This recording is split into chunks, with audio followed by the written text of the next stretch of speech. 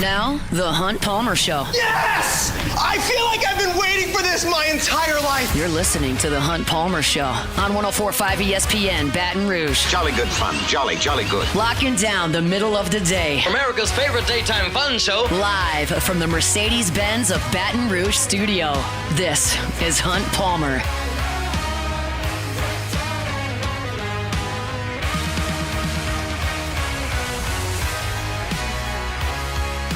Welcome in. Hunt Palmer coming to you from the Mercedes-Benz at Baton Rouge studio downtown in the capital city on this Monday. Means we're brought to you by Gulf Coast Office Products. Got Jacob back and Cassie Spazzali back there on the ones and twos. We are fired up. You were here with us to begin the week.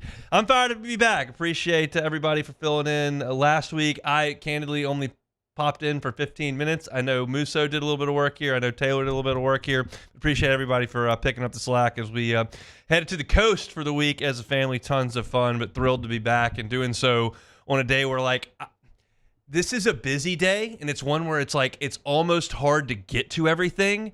But I made the mental decision to look at this and go, there's going to be a Thursday in July where you wish you had this much stuff to talk about, so just enjoy it. So I'm going to go ahead and enjoy the next couple of hours here. Hope you do as well. NFL Draft has completed. We're going to talk about that, specifically the New Orleans Saints and their selections. The biggest one, probably Tyler Shook in the second round. We'll talk about that in 15 minutes with Mark Ennis, who hosts Afternoon Drive up in Louisville, Kentucky.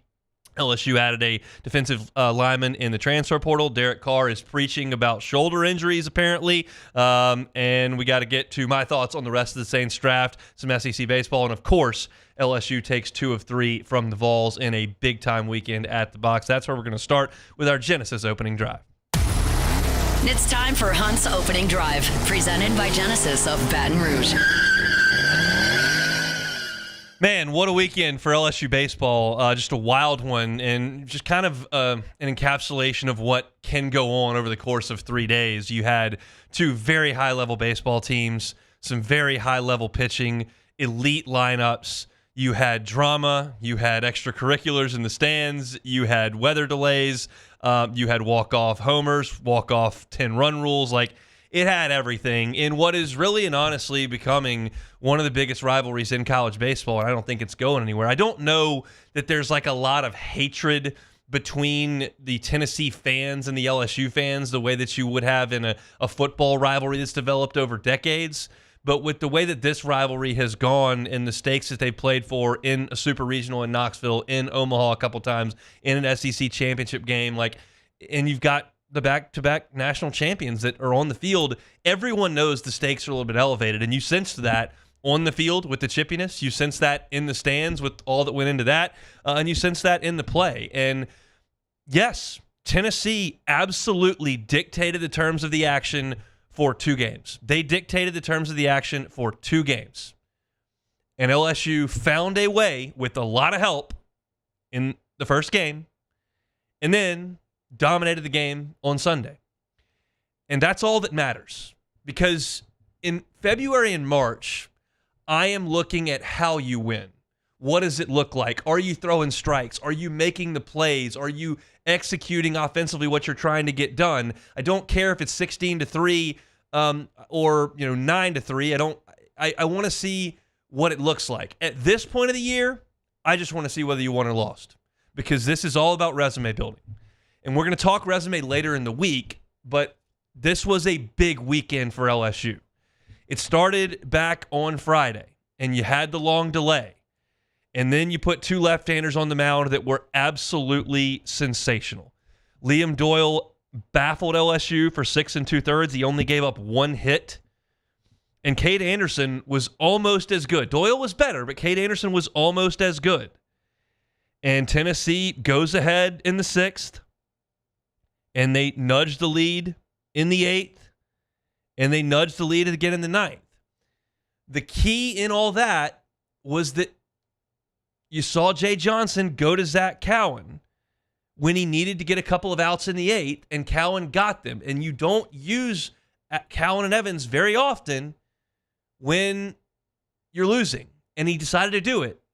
And Cowan got out of the inning. Now, Myers did give up a run in the 9th, but you got some critical outs, and then the offense kicked the door in when Tennessee cracked it open.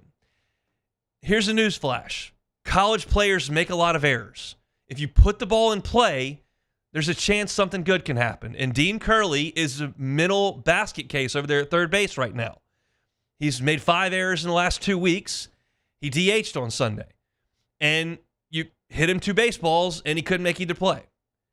And then what was left of the box, which was extremely lubricated at that point, got into the ball game, and you had some big swings, and it boiled down right there to a freshman in Derek Curiel with what was probably the swing of the season to that point to get that tying run home with that ground ball through the right side, and then Bear Jones hit it to Tiger Stadium.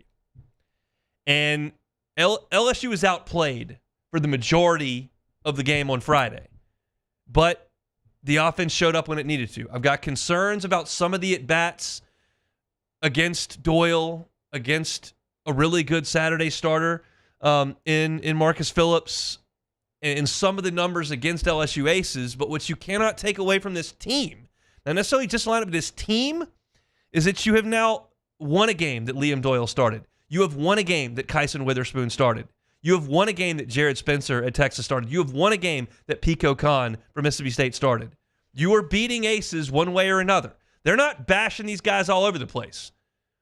In the case of Witherspoon, they got the pitch count up and got him out of the game, and Cade Anderson was brilliant. In the case of Pico Khan, you hit 2 home runs, and Ianson struck out 15. In the case of Spencer, that was probably the best game LSU's played all year. To go into that game in Austin, game 1, Anderson was great, went to the bullpen, you knocked Spencer around, got him out of the game, and won that game convincingly on a Friday night in Austin. And there are a number of ways you can beat Aces. LSU is doing that consistently.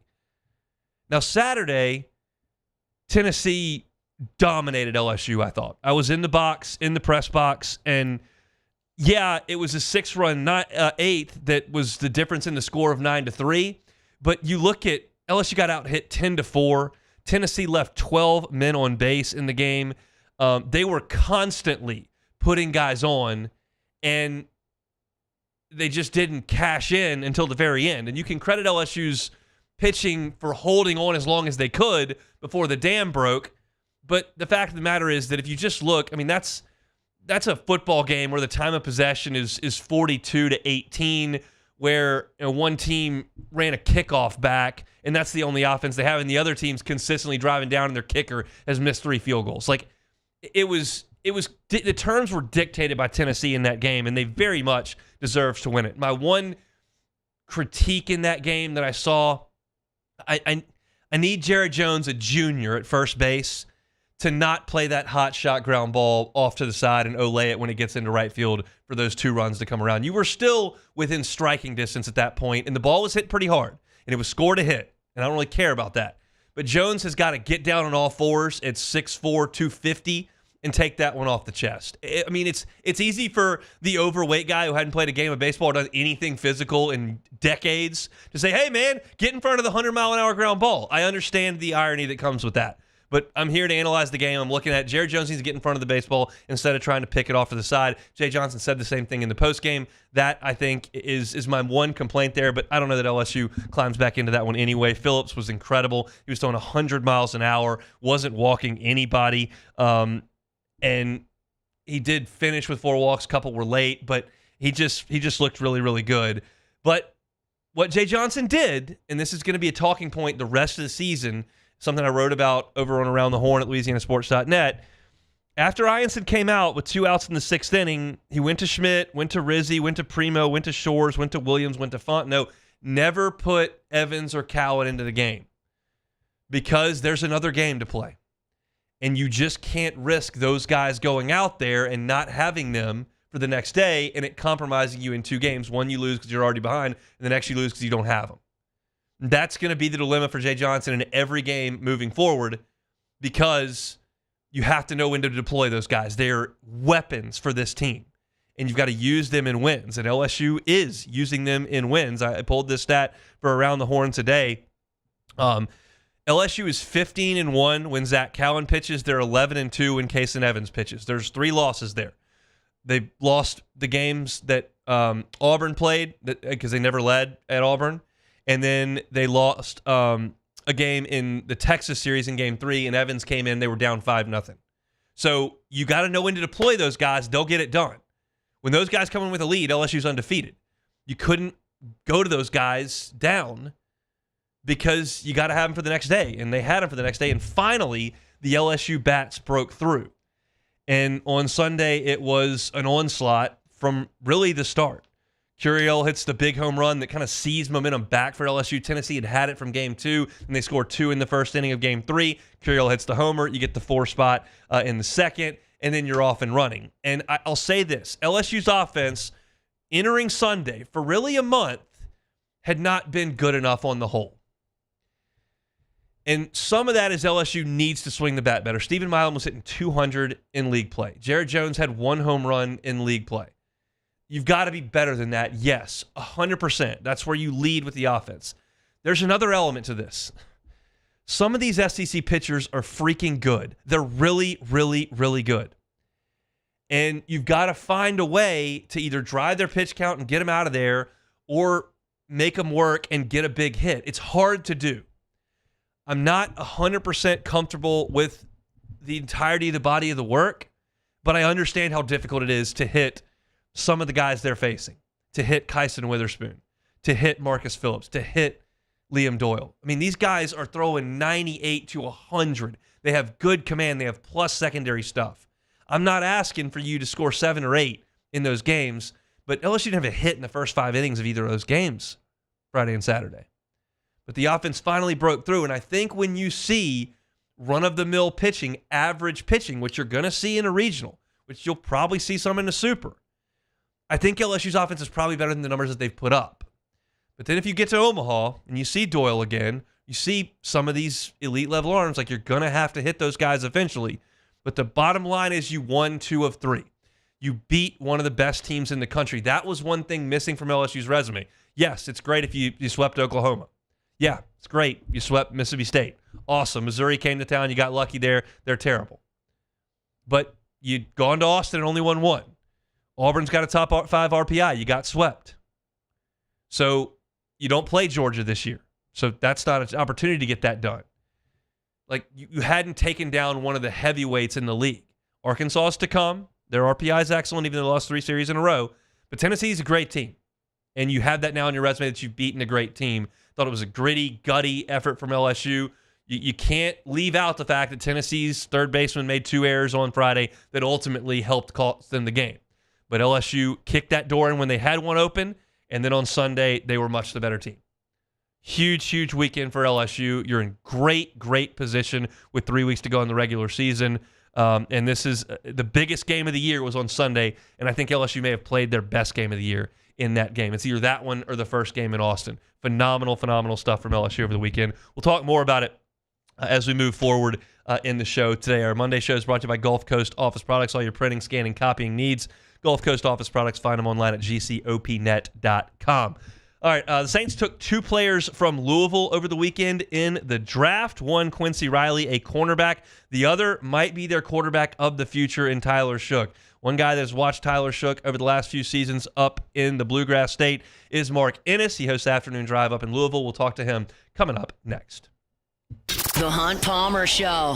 Highland Insurance Group, HighlandIG.com. Jonathan Carr and his team, just phenomenal people to work with on the insurance side of things. Look, hurricane season is getting closer. We're at the end of spring here.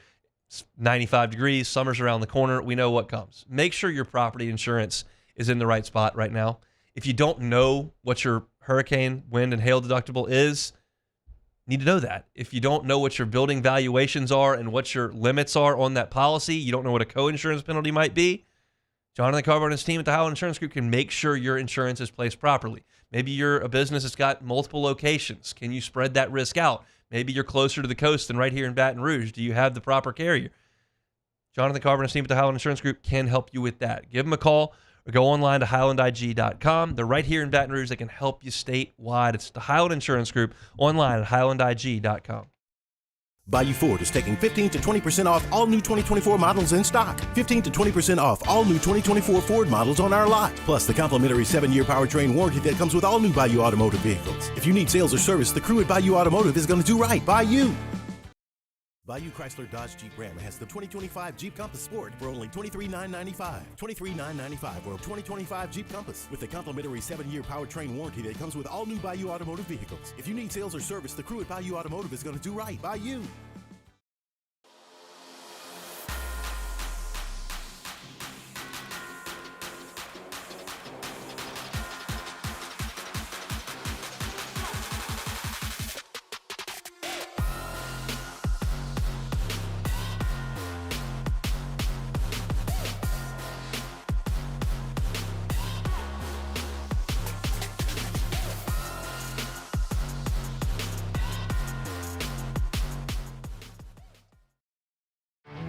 There it is, the extra mile, on the border of expected and extraordinary for those willing to go further, like vans customized for work or play, with safety and tech to keep you connected, supported by a 5-star sales, service, and finance team, and backed by the 1-star you know. So go the extra mile. It's never crowded, because so few have what it takes to go there. Mercedes-Benz Vans. ED, low T, or simply seeking to optimize your health and performance? Goodwood Men's Sexual Wellness offers a range of discreet services to address your specific needs. We empower men to reclaim their health and confidence. Visit yourgoodwood.com. These are the luckiest ice cubes in the world.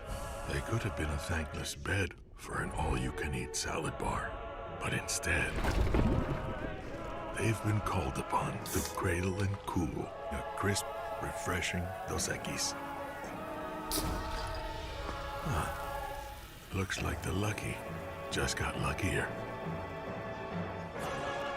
Dos Equis. Gulf Coast Office Products is a nationally recognized Savin office equipment dealer based right here in Louisiana. Over 100 employees strong, Gulf Coast has the boots on the ground to support all vertical markets from education, engineering, legal, and finance. With the latest in office technology from desktop to production segment units, Gulf Coast and Savin have the perfect fit for you. Call 225-756-2644. That's 756-2644 for Gulf Coast Office Products.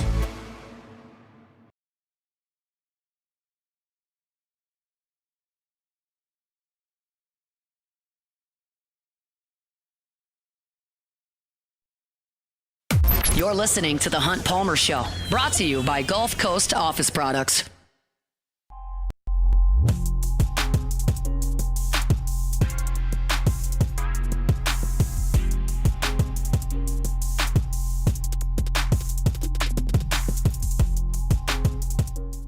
Back here, Monday edition of the Hunt Palmer Show, brought to you by Gulf Coast Office Products. NFL Draft wrapped up over the weekend. In some sort of miracle, the New Orleans Saints managed to take all 9 of their draft selections instead of packaging 5 of them to move up 3 spots for a defensive lineman that doesn't pan out. So that's a good start. They got things moving with Kelvin Banks in the first round, and then might have taken their quarterback of the future in the second round. Louisville's Tyler Shook was a selection, 40th overall. Head up to Louisville. Mark Ennis with 939, the Ville up there in the Bluegrass. Good enough to give us a little bit of time here on this Monday. Mark, we appreciate the time. How are you?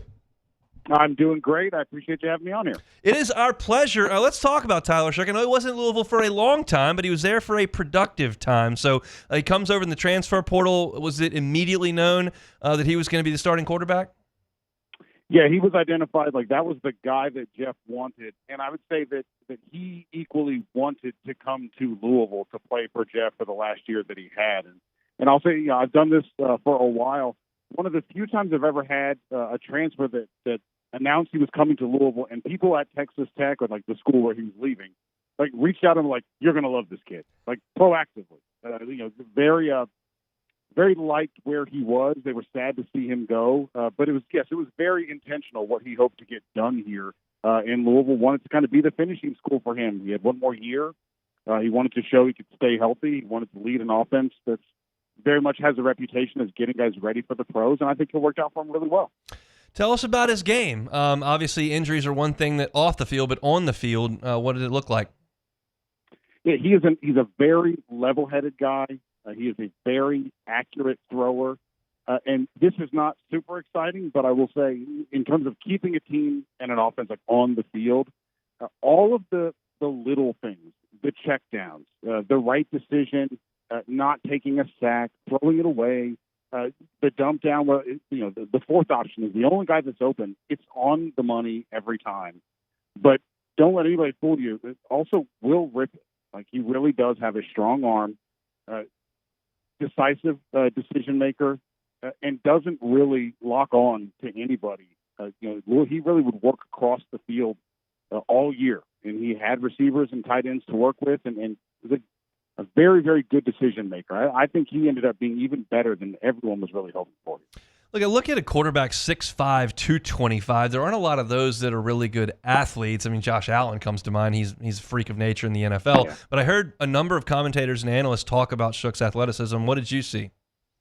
Yeah, we didn't, but for good reason. And I'm being mildly sarcastic in saying that. But obviously, Tyler, the whole reason that we're talking about a 25, 26-year-old guy is because he's had an injury history. He's broken his clavicle twice, broke his leg once. And part of their design for him this year was, I know you can run, but we're not doing any designed runs for you at all. And you could see this year when he broke the pocket, he was not trying to do anything close to running except for when absolutely called upon. But he's a very athletic guy. When the pocket broke down in the Clemson game, he somersaults into the end zone for a touchdown. He can move. They just, I think, were very conservative with him this year. And I think, obviously, in the NFL, I doubt that Kellen Moore's going to be, drawing up a bunch of designed runs for him.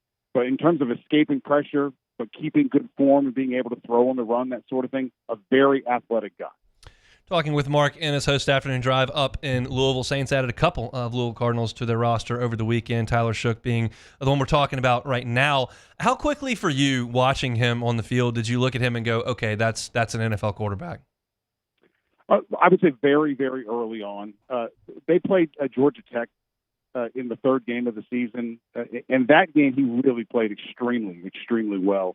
A couple of throws, kind of flat-footed throws that were just absolutely on the money. And then the following week at Notre Dame, I thought he really was just outstanding in the Notre Dame game. And they nearly pulled off that win against Notre Dame. But he had a touchdown pass in the Notre Dame game in particular to Ja'Cory Brooks, kind of very off balance. I'm sure you've seen it by now.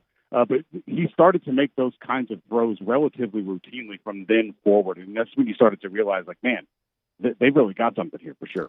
Yeah, when I looked at the stat sheet from this season, I knew how good Notre Dame's defense was. When I saw 264 yards and 3 touchdowns, that's pretty salty there on the road in South Bend. So that certainly stood out, and that sounds like you saw the same thing. Is there anything that you looked at in his game and said that's going to have to get better?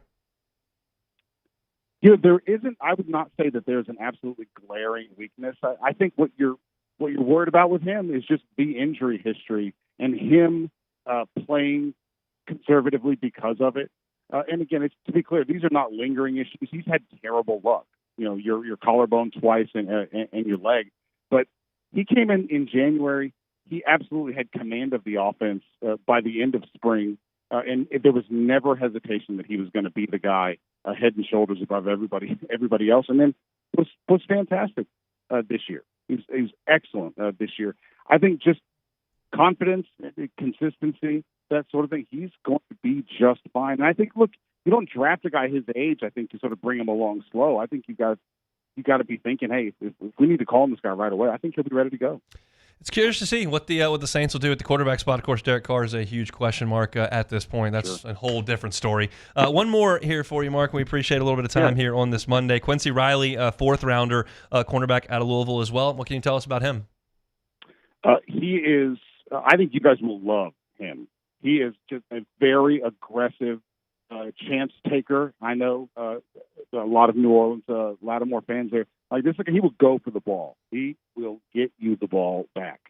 He might give up some here and there, but I think on balance, he's worth it. But just tremendous ability to catch the ball, which isn't always there, for defensive backs. It's the reason that they're over there. But He will intercept the ball, played just phenomenal against some of the best teams and the best quarterbacks that Louisville faced over the years, and is just a real ball hawk. I'll be kind of interested to see where they use him, how they use him, because I think he's pretty versatile for a guy his size, but just a real ball hawk, a real aggressive ball hawk. I think you're going to like it. Saints have a lot of holes in the secondary at this point. It was a strength with Lattimore gone, Paulson and Debo gone. They've got some holes to fill, so we'll see if Quincy Riley can find his way in the New Orleans defense. Mark, I know you got a show to get to this afternoon, so we really appreciate some time. Thanks.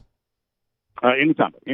He is Mark Ennis up there in Louisville, 939 The Ville and ESPN station, so we appreciate a little bit of time. I'm going to talk about Tyler Shough tomorrow. There's just like too much to do today, and I want to talk about the other picks, and I wanted to dedicate a segment totally to him from my perspective. But just as a little bit of tease to what we'll do tomorrow on the show to talk about him, he is not a guy that was really on my radar until very late in this process. We heard so much about some of the other quarterbacks. There was so much Jackson Dart buzz. There was so much Shedeur Sanders buzz at one point. You heard about some other guys like Kyle McCord potentially as a flyer late. And we didn't really talk about Tyler Shough. And then I started to do a little bit of research after the pick was made, and being like, well, this makes some sense. So I'll talk about it on tomorrow's show, but I wanted to get a firsthand account of it from up there in Louisville, and that was a glowing account. You wouldn't expect a lot different from that. He had a really good year at Louisville. I did a number of hits, I think 3 in Washington last year after Jaden Daniels was selected, and I certainly didn't have anything negative to say about Jaden last year. I don't know that we can expect that Tyler Shough ends up exactly like Jaden Daniels coming up, but you go back to the college roots where a guy had a lot of success, you're going to hear some glowing terms. That's a quarterback-friendly offense that Brom is running there at Louisville, but Shough did a good job of piloting it. They went 8-4 this year. He threw for over 3,000 yards and 23 scores, and has dealt with some injury. But look, this is something that I think a lot of Saints fans have clung to. The last quarterback that showed up with some shoulder issues in New Orleans that were in the rearview mirror did okay for a run there. So we'll see what's next in store for Tyler Shough and whether or not he will be the opening day starter for the New Orleans Saints. Appreciate Mark Ennis for a little bit of time here on this Monday. All right, let's shift things back to LSU. Tigers picked up a transfer portal edition. Brian Kelly said, we're not really aggressively shopping, but they went and found one. We'll tell you about it coming up next. The Hunt Palmer Show.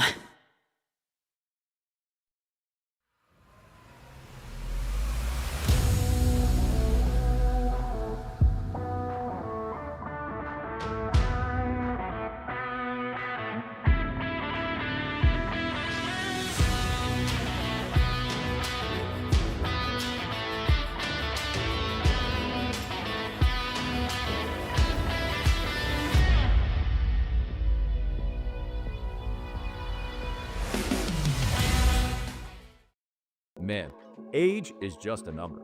Don't let it dictate how you feel. Goodwood Men's Sexual Wellness has anti-aging services that can help you look and feel your best. Visit yourgoodwood.com and discover a renewed sense of vitality. There it is, the extra mile, on the border of expected and extraordinary, for those willing to go further, like vans customized for work or play, with safety and tech to keep you connected. Supported by a 5-star sales, service, and finance team. And backed by the 1-star you know. So go the extra mile. It's never crowded, because so few have what it takes to go there. Mercedes-Benz Vans. These are the luckiest ice cubes in the world. They could have been a thankless bed for an all-you-can-eat salad bar. But instead, they've been called upon to cradle and cool a crisp, refreshing Dos Equis. Looks like the lucky just got luckier. Dos Equis. Family owned and community driven. Service Chevrolet Cadillac, a legacy you can trust since 1972.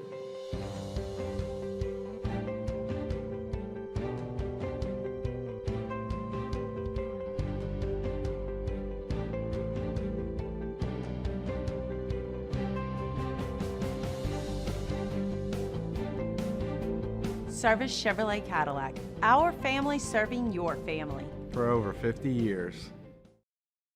Crime has serious consequences, but anyone can make a mistake. If you find yourself in trouble with the law, Know that you have rights, and it's okay to demand them. The law offices of O.C. Brown are here to protect you and your rights. Felony or misdemeanor, DUI or drug charge.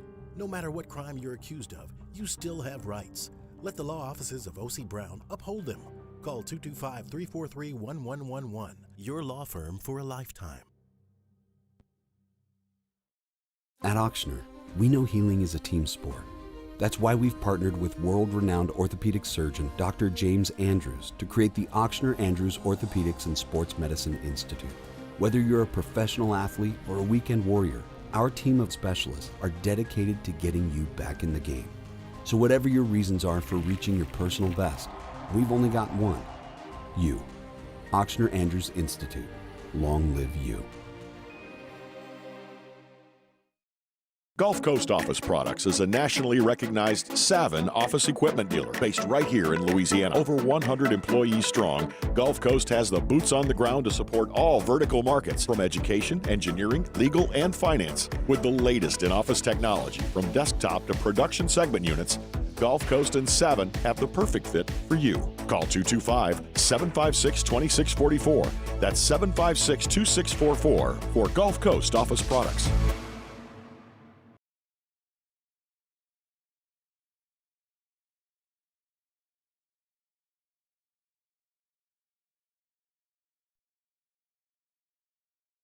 This is the Hunt Palmer Show, brought to you by Gulf Coast Office Products.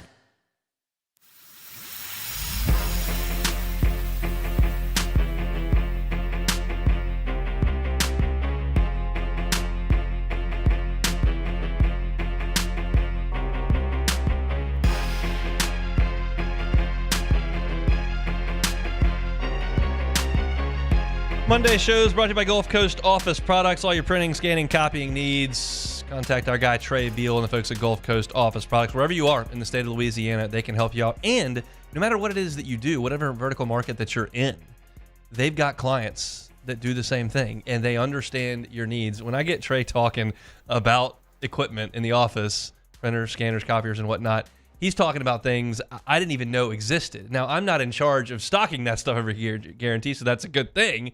But the guy knows what he's talking about. And if you're running an office, have an office, and want to make sure that you are running it as efficiently as you possibly can, it's a dollars and cents thing. Gulf Coast Office Products can absolutely help you out with all of that. Copiers, printers, scanners, Gulf Coast Office Products. Check them out, gcopnet.com. All right, LSU announced a addition in the spring portal window. If you remember, Brian Kelly said after spring practice, I don't think we're going to be shopping actively in the transfer portal, but if something comes available, we'll look into that. So it wasn't a concerted effort from LSU, but they did have room on the roster. Dylan Battle moved on into the transfer portal after just one spring at LSU. That's the defensive lineman that Bo Davis identified, wanted to bring in.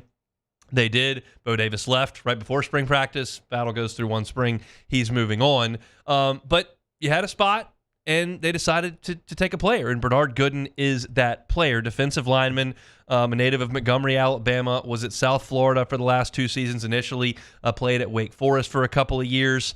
You're talking about a kind of a lean defensive tackle at just over 300 pounds, not one of these big 330-pound, roadblocks in the middle. He's got some positional versatility. If you look at the tape, from Gooden at South Florida, he plays a lot at defensive tackle.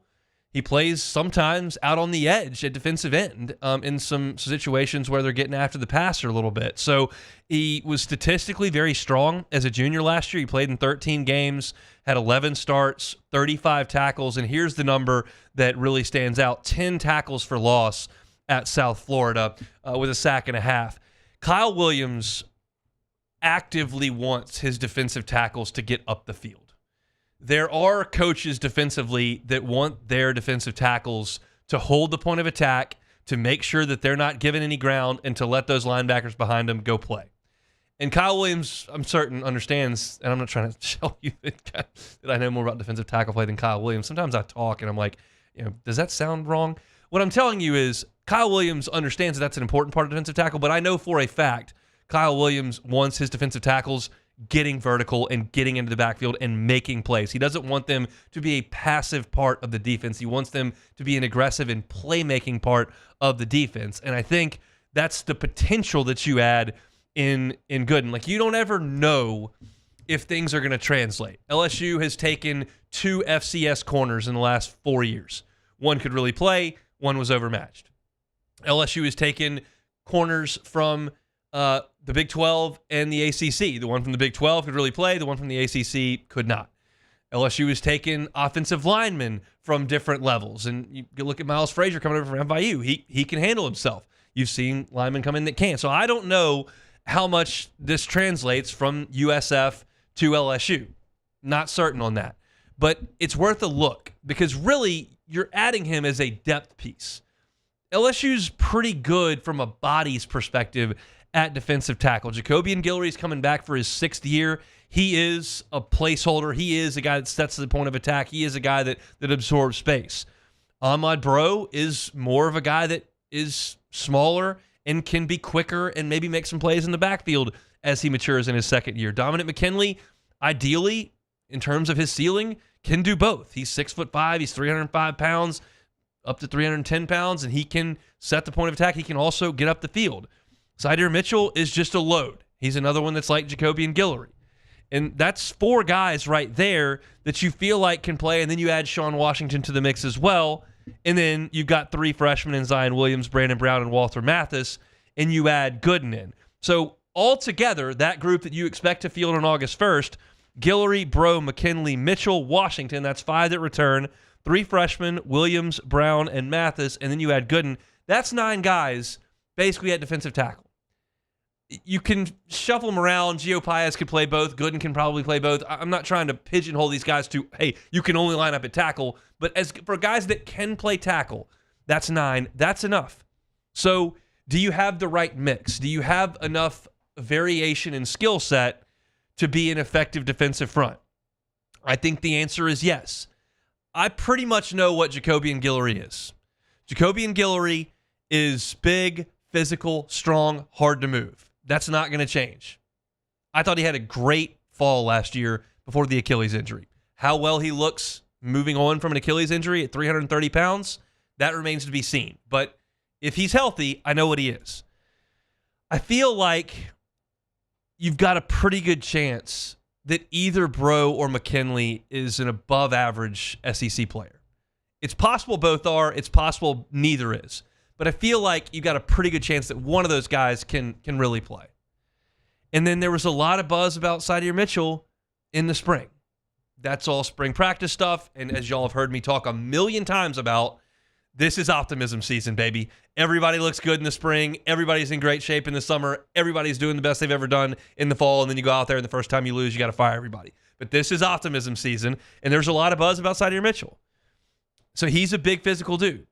And then you take Gooden in the hopes that you've got an older guy that's played a lot of snaps, that's got some quickness, and can be a complement to Bro. So if you look at the different versatility levels, like Guillory and Mitchell, big, physical, point of attack, strong, hard to move. Bro and Gooden, leaner, quicker, can make some plays in the backfield. McKinley, hopefully a superstar. We'll see. That's the kind of what's been put in his lap as a 5-star number 1 player in the state. Sack at the end of the season against Oklahoma, all that. Then Sean Washington, I think, is a depth piece. But he's old, and he's big, and he's strong. So to me, this is a more functional group. I've contended this forever, really. LSU's best teams have elite defensive line play. Elite defensive line play. You go back to the championship team of 2003, Lavallee, Spears, Hill, Williams. Like, that's elite stuff. You look at 7 with Dorsey. That's the best player on defense in the country. You even look at 11 with Brockers and Logan and Montgomery and Mingo, and like Josh Downs is a good player on that team. But like the front guys, Brocker and Logan, those are NFL dudes in the middle of the interior line. And then you even look at 19. It didn't work out in the pros, but turn that tape on in 2019 and see what Tyler Shelvin was doing to people. He was wrecking dudes. And I don't think LSU has played to that level in years past. I thought Mekhi Wingo had a nice year. And you can look at some individual guys and go, okay, that was pretty good, but it's not elite. And I don't know if this is elite.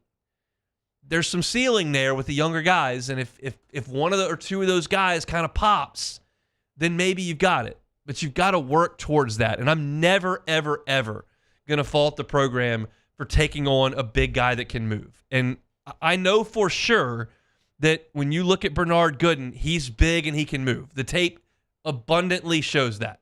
Whether or not he can move as well when Clemson's center hits him in the shoulder pads remains to be seen. Whether he moves as well when you got to go to Oxford remains to be seen. But he can move, and he's big. So I think this is a quality ad. They weren't aggressively looking for anything. This is not an emergency plug-and-play. If Bernard Gooden gets here and it just doesn't quite work out, you've still got 8 other guys that I've listed and 4 guys that you've seen play. So I think this is good news. I don't think it's program-altering, but you got a scholarship available.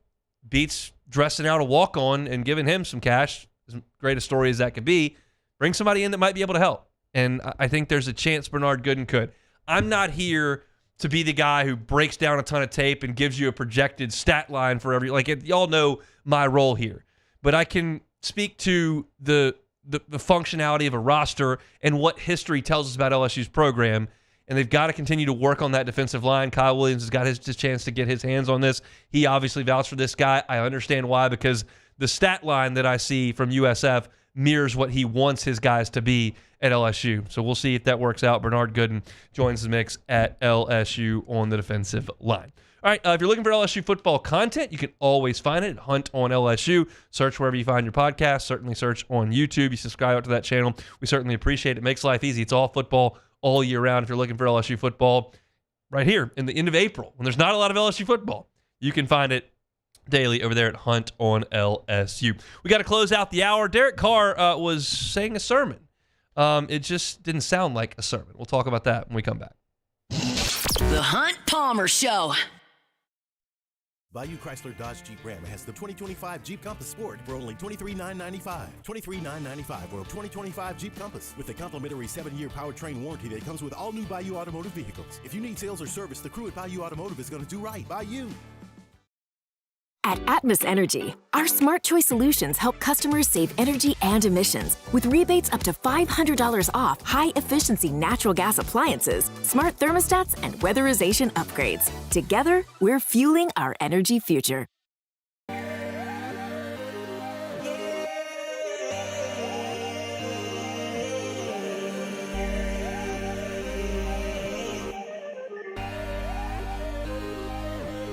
You gotta believe in a dream. Believe. You gotta believe in a dream.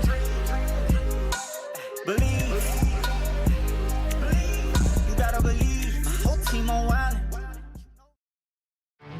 There it is, the extra mile, on the border of expected and extraordinary for those willing to go further, like vans customized for work or play, with safety and tech to keep you connected. Supported by a 5-star sales, service, and finance team. And backed by the 1-star you know. So go the extra mile. It's never crowded because so few have what it takes to go there. Mercedes-Benz Vans. ED, low T, or simply seeking to optimize your health and performance? Goodwood Men's Sexual Wellness offers a range of discreet services to address your specific needs. We empower men to reclaim their health and confidence. Visit yourgoodwood.com. These are the luckiest ice cubes in the world. They could have been a thankless bed for an all-you-can-eat salad bar. But instead, they've been called upon to cradle and cool a crisp, refreshing Dos Equis. Looks like the lucky just got luckier. Dos Equis. Family owned and community driven. Service Chevrolet Cadillac, a legacy you can trust since 1972.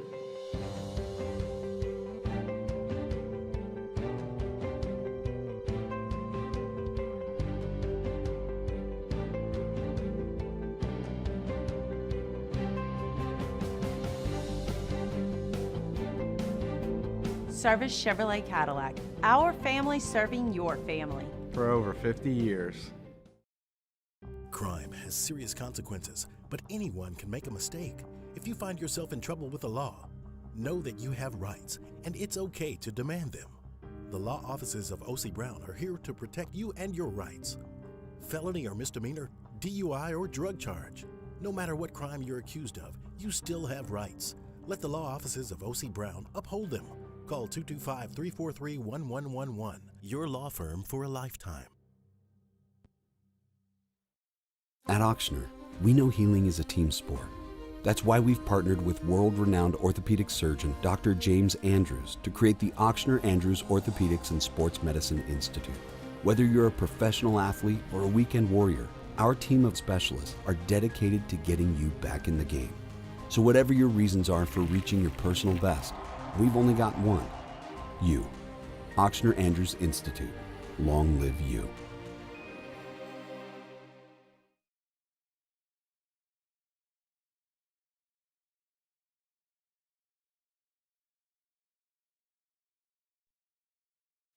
You're listening to The Hunt Palmer Show, brought to you by Gulf Coast Office Products.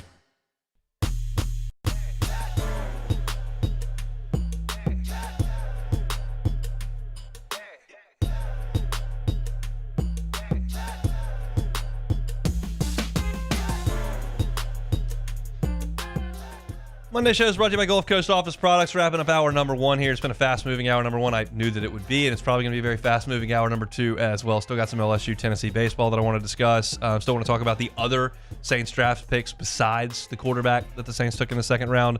So lots and lots to do in hour number two. Speaking of Saints and quarterbacks, this drama with Derek Carr, I guess that's probably the right word for it.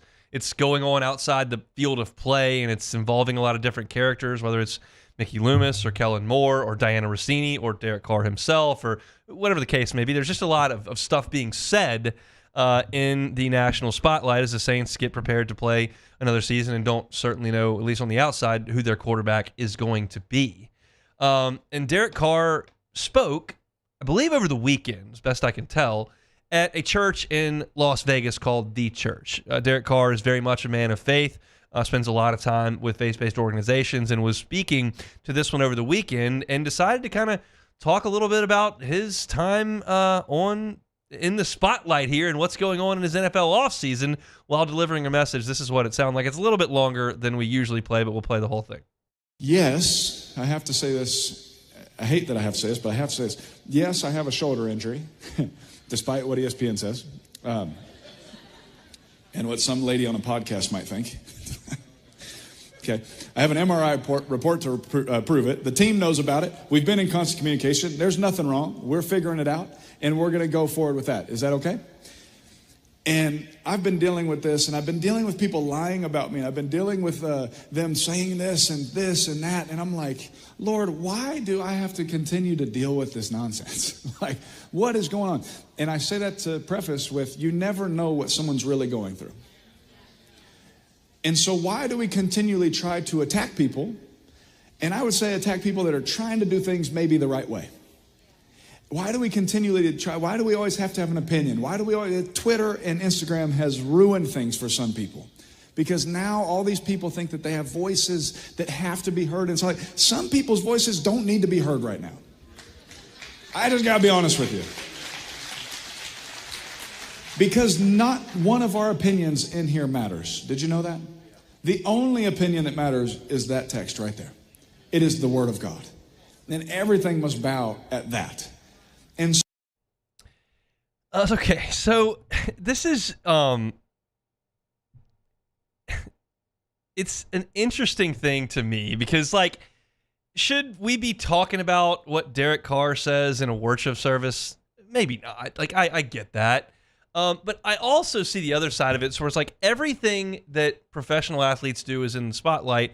So I think he is fully aware that whatever he says, as he's basically preaching to these people, is to be disseminated. And it's just bad PR to sit up there and rip everybody while you're preaching. These guys live under a microscope. I get that.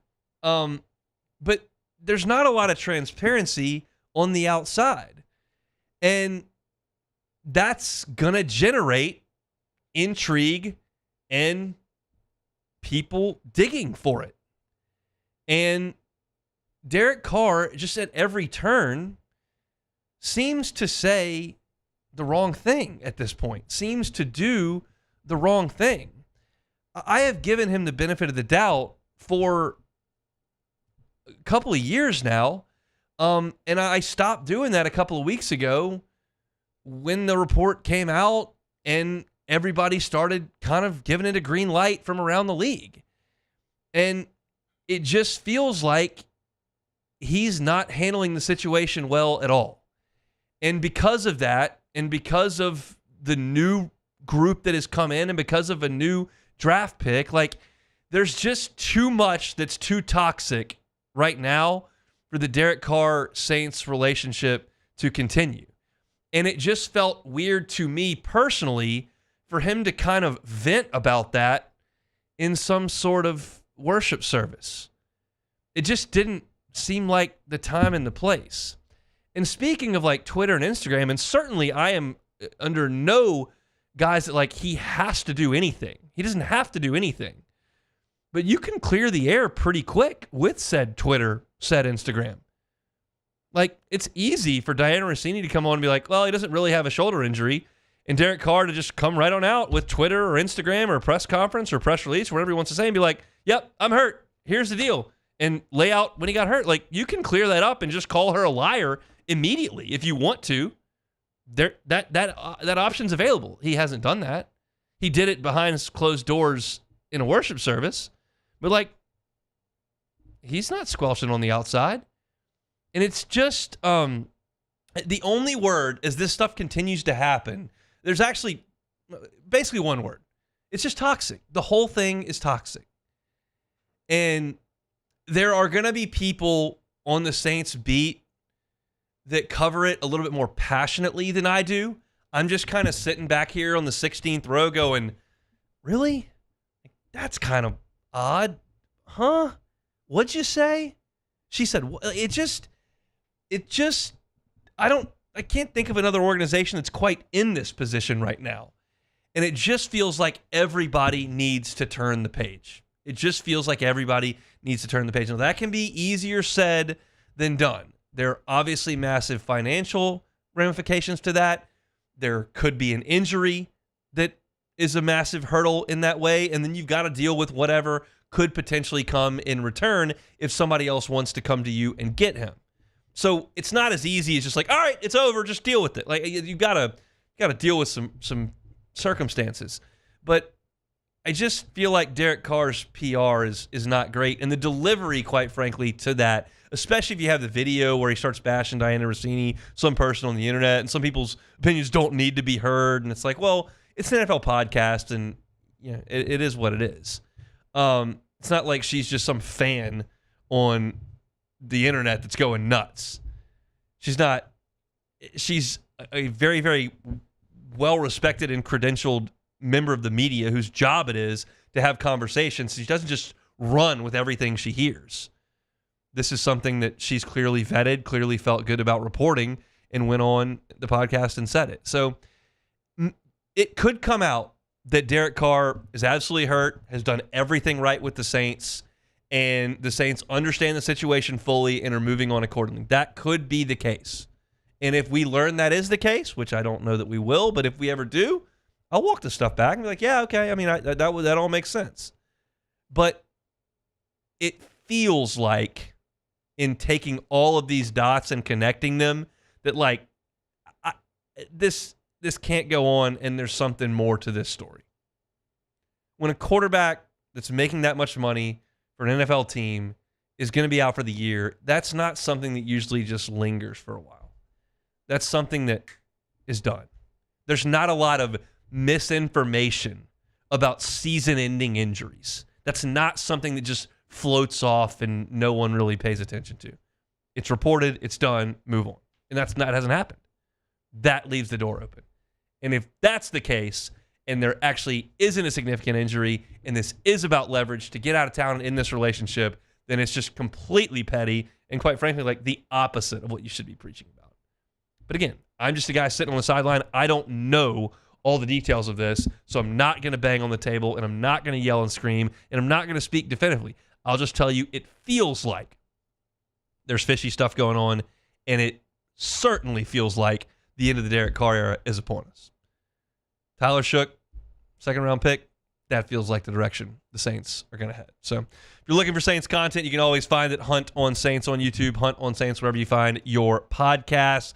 Saints all year round. Certainly a lot going on, and we've got a ton of coverage over on LouisianaSports.net. Ross Jackson has been all over everything from a Saints perspective. If you missed any of hour number 1, catch it on demand. Talk to LSU baseball at the top of the show. Mark Ennis from up there in Louisville, Afternoon Drive host. Talk Tyler Shook with us, as well as Quincy Riley. Talk to LSU football with Bernard Gooden's edition, and we got a lot to do in the second hour. We got LSU baseball to talk about, my thoughts on the rest of the Saints draft. SEC baseball standings are taking violent shifts. We'll talk about all that in hour number 2. Hope your work week's off to a good start. We're brought to you by Gulf Coast Office Products. We'll pause for Sports Center and come back with the second hour of this Monday edition of the Hunt Palmer Show. The Hunt Palmer Show. One Bath and Closets. OneBathAndClosets.com is that website. David Duvall and his team, 30 years redesigning and remodeling bathrooms and closets. We got to have a tub in the Palmer house. We now got double bath duties. Got the 7-week-old's got to get his. I believe 8:30 is the time for that one. Got the kiddo that's 3.5. His has got to be done at about 6:30. We use the bathtub. You may not use the bathtub in your house. If you don't use the bathtub, it's old and dingy. It's taking up a bunch of space. You don't like taking baths. You'd like a brand new shower. They can do it for you, and they can handle every single step of that project. As David Duvall and his team put that walk-in shower in, changes and transforms the look of your bathroom and the functionality of that bathroom. It can be done very affordably. It can be done very quickly. They got financing available as well. Look, up to 18 months, 0% if you qualify. It's One Bath and Closets. You can find them online at onebathandclosets.com. David Duvall and One Bath and Closets, onebathandclosets.com.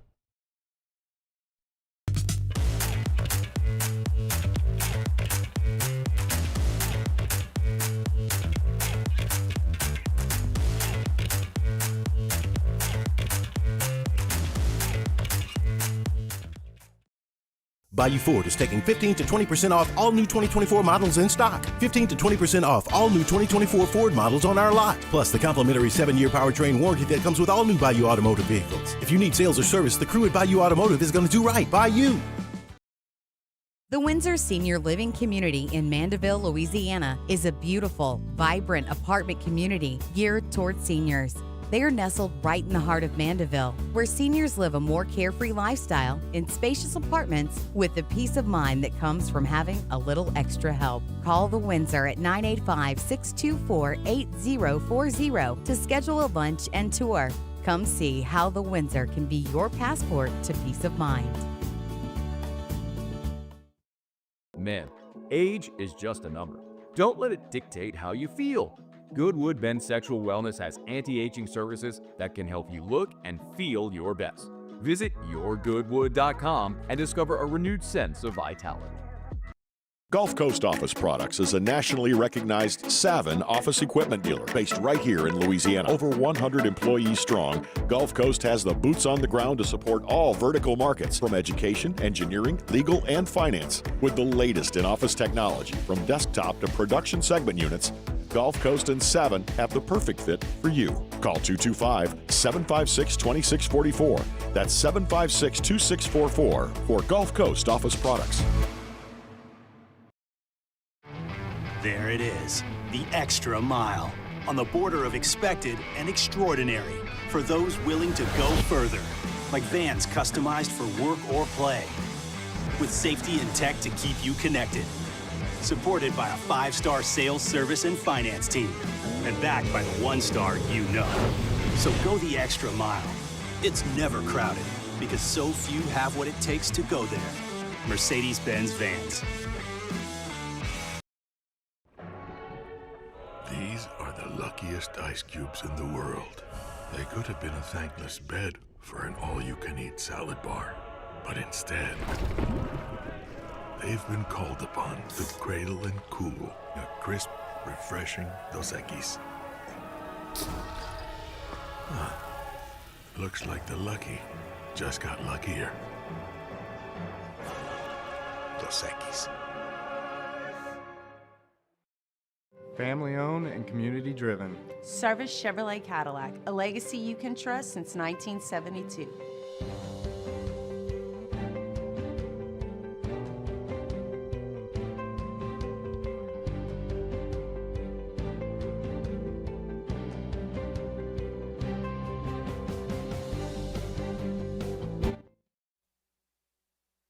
This is SportsCenter.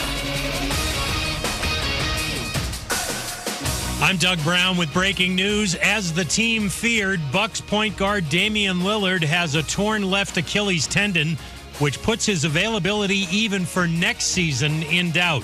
That report from ESPN's Shams Charania. For Damian Lillard specifically, this is going to be a tough hill climb for him, but he's going to get through it. But for the Bucks as an organization, this is really crippling because Damian Lillard is set to make almost $60 million next season. Shams Charania. Lillard had just come back last week from a blood clot in his right calf. In the playoffs tonight, the Cavaliers can sweep the Heat with a win in Miami. The Warriors bring a 2-1 series lead to their game in San Francisco against the Rockets. On ESPN, we've got a Stanley Cup playoff doubleheader starting at 7 Eastern. Game 4 with the Panthers holding a 2-1 series lead against the Lightning. Then Game 5 for the Avalanche and Stars with the series tied. The Washington Commanders hope to move back to D.C. in a development worth almost $4 billion at the site of RFK Stadium. Hey, it's Evan Cohen. Coming up Tuesday, we'll continue to react to the fallout from the NFL Draft as well as preview a huge Game 5 in the West. It's on Sportsmanlike, 6 a.m. Eastern, right here on ESPN Radio, ESPN2, and ESPNU.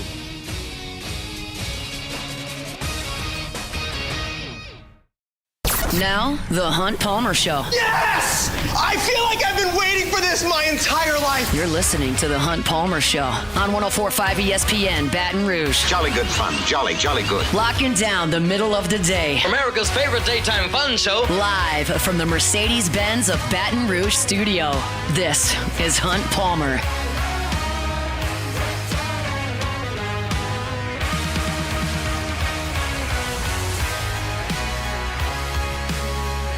Hour 2, Monday edition, the Hunt Palmer Show, brought to you by Gulf Coast Office Products. Hope your work week's off to a good start. Thanks for hanging out with us on 104.5 ESPN Baton Rouge. Let's get back to some LSU baseball. Man, just a monster series win for the Tigers against Tennessee. Both D1 Baseball and Baseball America moved LSU up to number 2 in the polls behind Texas. And you look at this team, admittedly,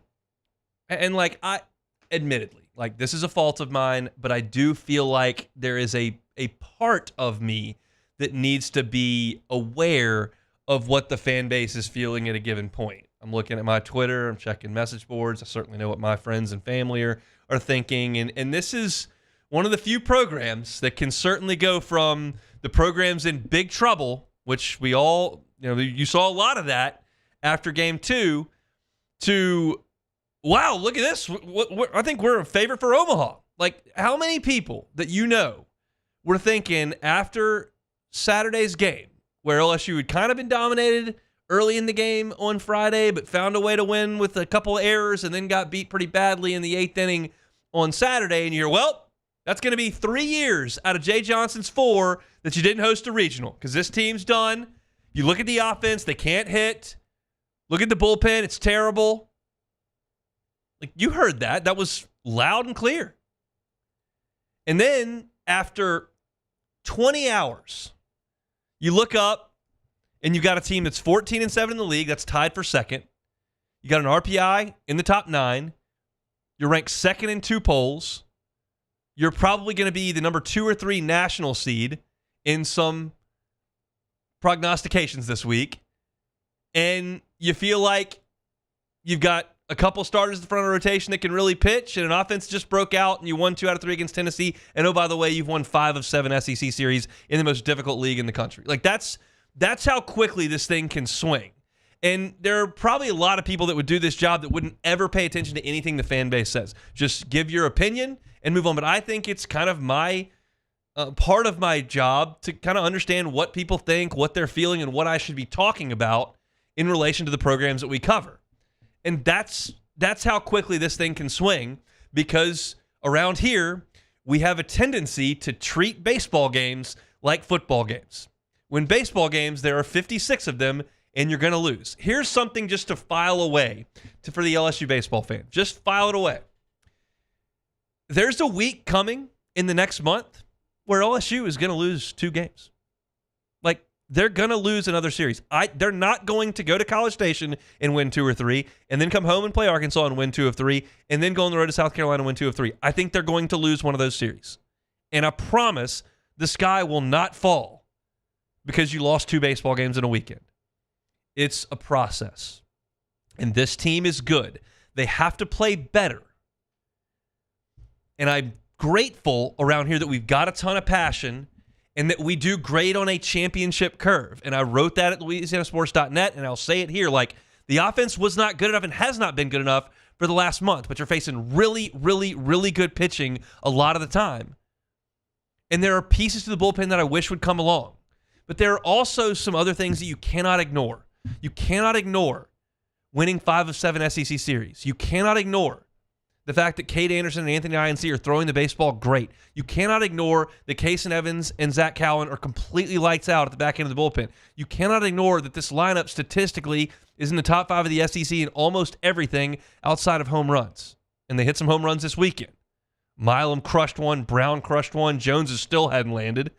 Hernandez missed by a foot. Like, there are a lot of really good things. And if you're going to throw your hands up and feel like this team has no shot in Omaha because they got swept at Auburn, because Tennessee dictated terms for 2 days, because they couldn't go to Austin and win, because the bullpen got blown up in the 8th inning, like, if you're going to throw your hands up, I would ask you to kind of look around at everybody else in the league not named Texas, who, oh, by the way, is missing their ace. He's been out for 2 weeks and he's not going to pitch the rest of the season. That's a pretty big deal. It's a long season that takes some time, and it takes some ups and downs. Every single team in the history of LSU baseball has dealt with ups and downs. It just happens every year. We just react to them viscerally when things go poorly because we want to see it great all the time. It's just not in baseball. It never will be. And so it's just part of it. Right now, LSU's in a great spot. Now, the question is going to be asked because of yesterday. When Kason Evans takes the ball in his first SEC start, and let's be honest, if you watch that first inning, they were hitting lasers all over the place. Lasers. They got hits, drew a walk, put up a 2-spot. Now, Evans held it together and got out of it with the 2-spot, but it didn't look great after that first inning. And then he settled in, and it was lights out.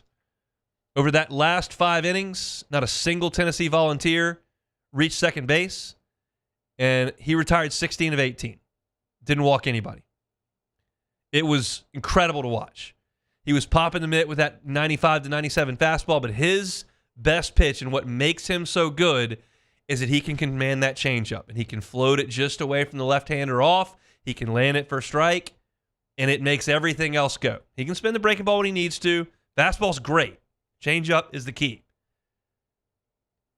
So you look at Evans, fighting off a sneeze, just can't get it. Like, I have the cough button ready, and I can mute it and sneeze, and then it just won't come out. But it's gone now, so that's good. But you look at Evans, and you look at that start, and your immediate reaction is to go, that's the Sunday starter. Problem solved. You got an ace in Anderson who's throwing it great. You've got Ianson, who really has been good and was really good on Saturday. Then you plug in Kason Evans as your number 3 starter. That's as good a rotation as anybody's got in college baseball. Problem solved. We were wondering if Chase Shore's light was going to come on. It never came on. Evans is the answer. And I just can't go there right now. I can't go there right now. The answer is easy. Because you cannot try to win games without Kason Evans right now based on the composition of this pitching staff, in my opinion. Hypothetically, Anderson gives you 6 2/3 of great baseball on Friday, and you go to Cowan to slam the door on a 2-run lead, and he does it. But he throws 48 pitches to do it. Well, he may not come back for 2 days. What if Ianson goes out there on Saturday, and he gives you 5 1/3, and say binge comes in and gets the last 2 outs there in the 6th, and you've got 3 outs to go, and you've got a 2-run lead. If you're going to tell me with a 2-run lead in the 7th inning that you feel good leaving Case and Evans in the dugout and trying to go save a 2-run lead with the cast of guys that came into the game on Saturday with Schmidt and Rizzi and Primo and Shores and Williams and Fontenot, and you want those guys to try to get those last 9 outs, I can't go there right now. Now, if you lose on Saturday, like LSU did this week, or you blow the doors off somebody on Saturday, great. I'm all for Case and Evans starting that 3rd game. He's prepared to do that. He's proven he can do it. This was not Oral Roberts he threw this game against. This was not Missouri. This was not Oklahoma. Those are all steps forward. This was Tennessee. Excuse me. There is not a lineup significantly better in the country than Tennessee. I'll listen to Georgia. I'll listen to Arkansas, but they're not significantly better. And he dominated them for 5 innings after the 1st. So he can do this against anybody. Not saying he will every time, but he can. But I'm going to Case and Evans on Saturday if Cowan's burned and I've got a lead. I'm not going to let him sit on the bench and try to let these freshmen or guys that have struggled for a lot of the season finish a game. I'm not doing it. It's about winning games. And when you get a chance to do it, you got to get it done. Now, that brings me to my next point. LSU is a front-running baseball team. What do I mean by that? They need to play from ahead. And when they struggle out of the gates against these great pitchers and get behind, it hamstrings Jay Johnson's ability to go to the best part of LSU's team right now is Zach Cowan and Case and Evans. That's the best thing LSU has. And he can't go to those guys unless he's got a lead until Sunday. So you've got to get a lead because once you get behind, you're not going to go to those guys. You've done it a couple of times. You did it with Cowan 3 weeks ago. You did it with Cowan on Friday. And it paid off in those 2 instances. LSU came back and won the game because you held them close. But that's a risky proposition because the catastrophe is going to Cowan down by 1 and not scoring again. Or he gives up 1 run over 3 innings and you only score 1. And you lose the game and he's burned. So you've got to maximize those guys' time on the mound, which means they need to be out there when you lead. You've got to get runs early. You've got to play from ahead. But I'm glad that Jay Johnson now looks at this and didn't do what he did at Auburn when you had Cowan and Evans ready to go against Auburn, but you started Shores anyway, and you got behind 5-0 by the time Case and Evans came in the game. So that's the plan moving forward. It's not to hold Case and Evans until Sunday as your Sunday starter because he's the best Sunday starter option you have. He is. He is that. But you've got to go get wins when they present themselves. Now, you get into a regional and you've got to win a game. Hey, I'm all for Case and Evans getting a start in an elimination spot. And you know for sure right now that Case and Evans and Zach Cowan are both capable of starting a game, going 85 to 90 pitches, and doing a great job for 5 or 6 innings or whatever that gets you. So it's not a deal where you've got, hypothetically, we'll go back in time. Matty Ott mainly threw an inning and a third as the closer at LSU. So if you were to get into a postseason situation and try to start him after he had been throwing 20, 30 pitches and say, hey, I need 95, like you're not going to get that. If you've got a closer that is a 1-inning guy, he's not stretched out. These 2 guys have been going 3 innings all year, and they've stretched out to 4 and 5 over the last couple of weeks. So you have that available to you. College baseball pitching roles are not as defined as major league pitching roles. For those that have a major league team, you understand it. If you don't, they've got starters who are 4, 5, 6 inning guys. They've got middle relievers who always pitch in the 5th, 6th, 7th, 8th, and they've got a closer that pitches in the 9th.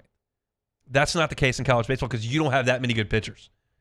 And for those that are concerned about pitchers number 5, 6, 7, 8, 9, 10 on this team, fine, reasonable. I don't know anybody that's number 7 is really good. I watch a lot of SEC baseball. I don't know a lot of teams that have a number 7 that they can go to that's going to be a great pitcher. And I certainly don't know a lot of teams whose number 7 has stuff that looks like Maverick Rizzi or Chase Shores. So you look at what those guys did on Saturday. You went to 6 different bullpen arms. to try to get 7 outs, and none of them gave you a clean outing. Schmidt walked the only guy he faced. Rizzi walked 2 guys in a third of an inning. Primo gave up a hit in his 1/3 of an inning. Chase Shores gave up 4 runs in an inning. Cooper Williams gave up 2 runs on a hit in a third of an inning, and Grant Fontenot hit a guy in an inning and a third. So I'm not ready to just shove Kason Evans into the Sunday starter role because he looked really good on Sunday. He's got to affect winning more than he needs to be the Sunday starter. So to me, keep it just as it is. And there's a decent chance, because you've already got Cowan and you're not usually going to sweep everybody in 3 close games, that Evans will be available in some game 3s. You only got 3 of them left. So don't upset the apple cart here. Keep your ace bullpen guys in their ace bullpen roles. And if you get to a point on Sunday where you haven't used either Cowan or Evans, start them. Get off to a good start. Let your offense go against the back end of somebody's pitching staff. That's what you saw. Tennessee showed you what happens on Sunday when you get to pitchers number 4, 5, 6, 7 in an SEC arsenal. And that's a good Tennessee pitching staff. You saw Doyle. You saw Phillips. You know what Snead looks like. But once you get to 4, 5, 6, 7, just like at LSU, at Tennessee, well, trouble. That's the case at a lot of places. So just leave it just as it is. That's the way I feel about it. Looking for LSU baseball content in the written form? LouisianaSports.net got stories up each and every day. Right now, my Around the Horn feature, which is a lot of reading. It's a heavy dive into LSU baseball every single Monday morning. If you got some time, want to check it out, I highly recommend you do so, and certainly appreciate you all for supporting us as you will on LouisianaSports.net. We come back, we'll shift over to the Saints. We talked about their quarterback draft pick. What about the rest of the Saints draft? I'll give you my thoughts on it next. The Hunt Palmer Show. Genesis of Baton Rouge, genesisofbatonrouge.com is that website. Every car that is on the lot is online at genesisofbatonrouge.com. They're right there, airline at Pico, and you've probably never been. You've probably never been to Genesis of Baton Rouge. And that's understandable. They haven't been there all that long, just over 2 years. And Genesis is fairly new to the game. May not be on your list when you think about the type of vehicles you want to drive. A lot of people get into a deal where they usually get the same make and model as the year's update. And you maybe have done that. Why don't you give Genesis a shot? Go by and see them. Experience their service. Experience the drive, that clean, comfortable, stylish cars they've got on the lot. And just see. Maybe for you. It's a luxury experience at a reasonable price. That's the Genesis model. Go by and see them. Airline at Pico across from Women's Hospital. Genesis of Baton Rouge. genesisofbatonrouge.com. There it is. The extra mile. On the border of expected and extraordinary for those willing to go further. Like vans customized for work or play. With safety and tech to keep you connected. Supported by a 5-star sales, service, and finance team. And backed by the 1-star you know. So go the extra mile. It's never crowded because so few have what it takes to go there. Mercedes-Benz Vans. These are the luckiest ice cubes in the world. They could have been a thankless bed for an all-you-can-eat salad bar. But instead, they've been called upon to cradle and cool a crisp, refreshing Dos Equis. Huh. Looks like the lucky just got luckier. Dos Equis. Baton Rouge's home for real rock. It's Eagle 98.1. Foo Fighters. Led Zeppelin. AC/DC. Pearl Jam. And the flagship home for LSU sports. Take us anywhere with the Eagle 98.1 app. Eagle 98.1 is the rock station. ED, low T, or simply seeking to optimize your health and performance? Goodwood Men's Sexual Wellness offers a range of discreet services to address your specific needs. We empower men to reclaim their health and confidence. Visit yourgoodwood.com. At Auctioner, we know healing is a team sport. That's why we've partnered with world-renowned orthopedic surgeon Dr. James Andrews to create the Auctioner Andrews Orthopedics and Sports Medicine Institute. Whether you're a professional athlete or a weekend warrior, our team of specialists are dedicated to getting you back in the game. So whatever your reasons are for reaching your personal best, we've only got one. You. Ochsner Andrews Institute. Long live you.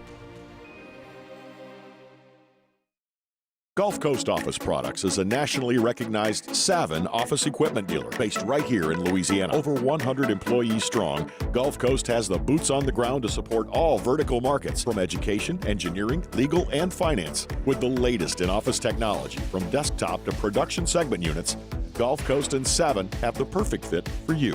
Call 225-756-2644. That's 756-2644 for Gulf Coast Office Products. Family owned and community driven. Service Chevrolet Cadillac, a legacy you can trust since 1972.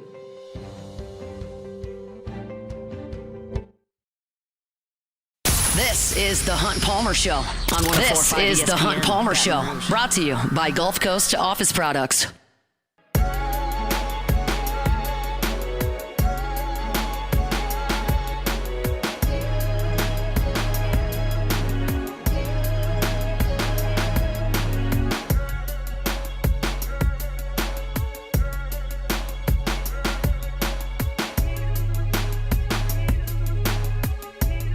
It's on LSU baseball talk here on this Monday for very good reason.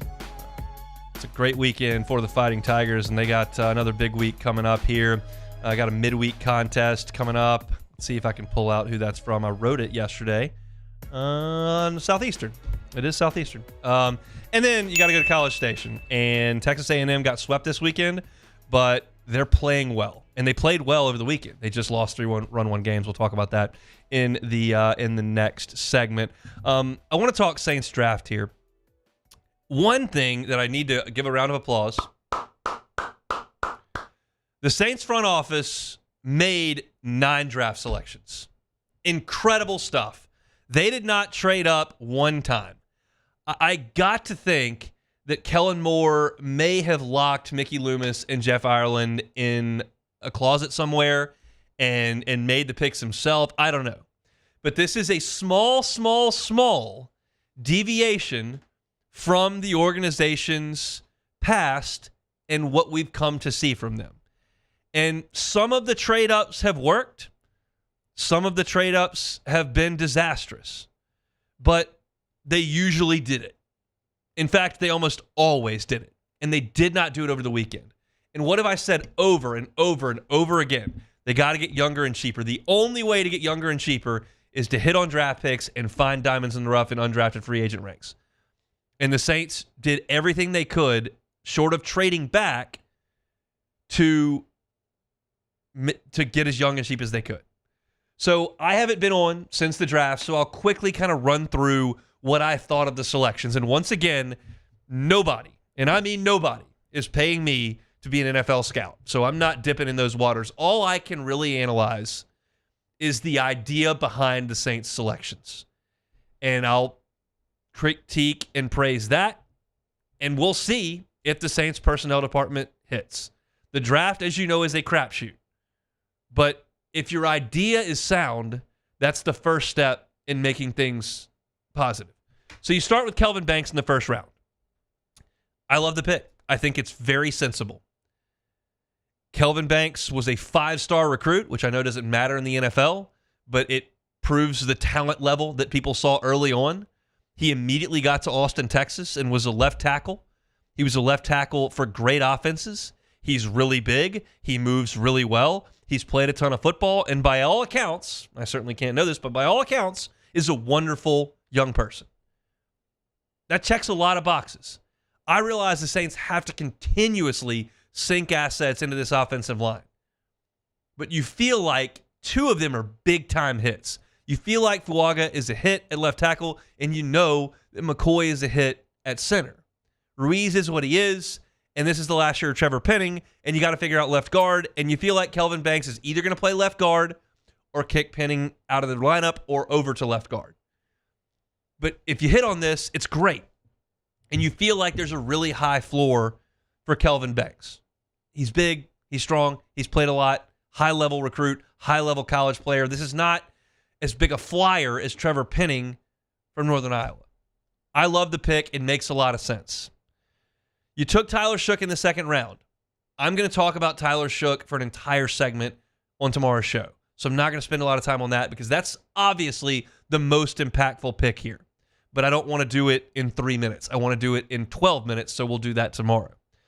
Then in the third round, 71st, you take Vernon Broughton from Texas, defensive lineman. 6'4", 305, spent 5 years at Texas, didn't start until his 5th year. But in some of their biggest games, he made big plays. 2 sacks at Texas A&M, had a sack against Ohio State. I think he slots behind Devon Godshaw at defensive tackle, and you had a guy vouching for him very clearly in the room. I don't need to be in the Saints draft room to know that Bo Davis had something to do with this pick. He coached the man. So you've got a real intimate knowledge of what he's like in the locker room, on the practice field, on the sideline, on the field, with his teammates, what he can do, what he can't do, and you need defensive tackle help. Brian Brzee is a solid pass rusher that's got some work to do in the run-stopping portion of the game, but he's young and cheap, and you bring in Vernon Broughton in the third round, and if he is what his profile would be, which is a guy who's built to stop the run a little bit more, you let him learn from Devon Godshaw, who's made a career out of stopping the run, and he's probably the next piece. Again, you've got to get 4 starters out of this draft. That's the number I've been going with for a month now. You've got to get 4 starters. If that's one of them, that's a really good spot for you to hit. Jonas Sanker, safety from Virginia, the other third-round pick. I thought there was no way they were going to take both third-round picks. That screamed trade back up into the second round, but they stayed and they took another third-round pick there at 93 with Jonas Sanker. He's a really good athlete. In high school, he played running back, quarterback, safety, and basketball. That's pretty good. He made 33 college starts. That's a lot of playing. 17 pass breakups, 273 tackles. I love that number. 13 tackles for loss. That shows me aggressive play at the safety position. And it's a huge need for this team. So you go get a first-team All-ACC safety who was the team defensive MVP, and you've got an aging Tyrann Mathieu. You've got whatever you got with Jordan Howden. You go get Justin Reed, but you need safety play, and you need to get younger and cheaper at safety. Justin Reed is not cheap. Tyrann Mathieu is certainly not cheap. He's certainly not young. Howden is what he is. I don't know if that's a guy you've got big plans for at safety. If that works out, there is a need there, and I like a lot of the profile here of a really good athlete with a lot of tackles and some aggressive play that was the best player on his defense. I like that in Jonas Sanker. Danny Stutzman is somebody we're very familiar with here in the SEC. He was the linchpin of the Oklahoma defense the last couple of years. Now, it wasn't a great defense, but he was massively productive for 4 years. He's big and physical at 6'4", 243. He is 9th all-time at Oklahoma in tackles. 9th all-time at Oklahoma at tackles. That is a ton of production at one of the best linebacker schools in college football history. He had 37 starts. He was a consensus All-American. He was a finalist for the Butkus Award. Look, 376 tackles and 36 tackles for loss kind of speaks for itself. Now, being productive at the college level doesn't necessarily automatically translate to the NFL level, and some teams like to go a little bit more upside, a little bit more measurables. This is a production pick. It's a 4th-round pick. A lot of those don't work. But the thought process is pretty sound because some point the clock's going to run out on Demario Davis at some point. And Pete Werner is a solid player. He's not a great player. And you signed Willie Gay for a year as a stopgap, and there's just not a lot of proven options at linebacker. While you've been able to just pencil in Demario Davis game after game after game, year after year after year, all-pro, all-pro, all-pro, Pro Bowl, like great player. Eventually the clock runs out. Somebody's got to be waiting in the wings. Are you anxious about replacing a 4-time All-Pro with a 4th-round pick? Probably not. But you've got a 4th-round pick, and you take a chance that a guy who was insanely productive in college can translate some of that to the NFL. I like the pick of Danny Stutzman there. Good idea in the 4th round. Quincy Riley, a guy that we talked to Mark Annis about in the first hour. That's a guy at Louisville who is aggressive and will make plays on the football. Mark said it in the first hour. Like, He may get burned here or there, but he may burn that offense as well. And I'd like a guy who can make some plays and maybe teach him to be a little bit more conservative. The old saying is, I'd rather say whoa, not go. Like, you don't want a guy that's just passive and teach, hey, you got to go. Like, you want somebody that's 90-0 that's willing to go make some plays and teach him at times, hey, let's back off on this instance. It's a 4th-round pick, 131st overall, good player at Louisville, all-conference player at Louisville. We'll see. You've certainly got a need there with no Adebo, with no Lattimore. You've got Alontae Taylor. You got Kool-Aid McKinstry. You need guys to come in the secondary, so you take Quincy Riley from Louisville there. The 6th-round pick I actually love. I think this could really be a hit. You take Devin Neal, the running back from Kansas. He's a Lawrence native, a career Kansas Jayhawk, played 49 games for Kansas. He had 760 carries, ran for 4,343 yards, averaged almost 6 yards per carry, had 49 touchdowns, 77 catches for almost 10 yards a catch. He's the all-time leading rusher in Kansas history. He's got the school record for rushing touchdowns, scrimmage touchdowns, 100-yard games. He's 5'11", 213, so reasonable size. And if you've got a pick in the backfield like the Saints do, who can't stay healthy and goes through one drill and can't practice for a month and a half, you might need to look elsewhere for help. And I think you've got a guy in Devin Neal who might be able to be the next guy after Kamara and certainly can help you in the passing game because he's proven that at the college level. He's very comfortable doing that. And I feel like you've got a real chance for a hit here in the 6th round. This is the type of pick that is why you don't have to reach for a running back early on and you can find one that's really productive later on. I know what the NFL looked like this past year. I know that Saquon Barkley was maybe the biggest reason the Eagles won the Super Bowl. I get it. But not everybody's got Saquon Barkley. You can get a really functional running back in the later rounds, in the undrafted free agent ranks. We've seen it from the Saints, and none more famous than Pierre Thomas. But I like this pick of Devin Neal. I think it's got a real chance to work. You go get a tight end in Molokai Madival from UCLA, who did a lot of blocking early in his career, blossomed in his senior year as a pass catcher. You're taking a flyer there on a position that you've kind of got sewn up right now because of the Juwan Johnson contract that I didn't love. But you take a flyer there at tight end. I didn't know if they would go that route. I don't know that I would have gone that route. And then you go get Fadil Diggs, an edge player from Syracuse, started his career at Texas A&M, went and followed his defensive line coach up to Syracuse where he was the defensive coordinator.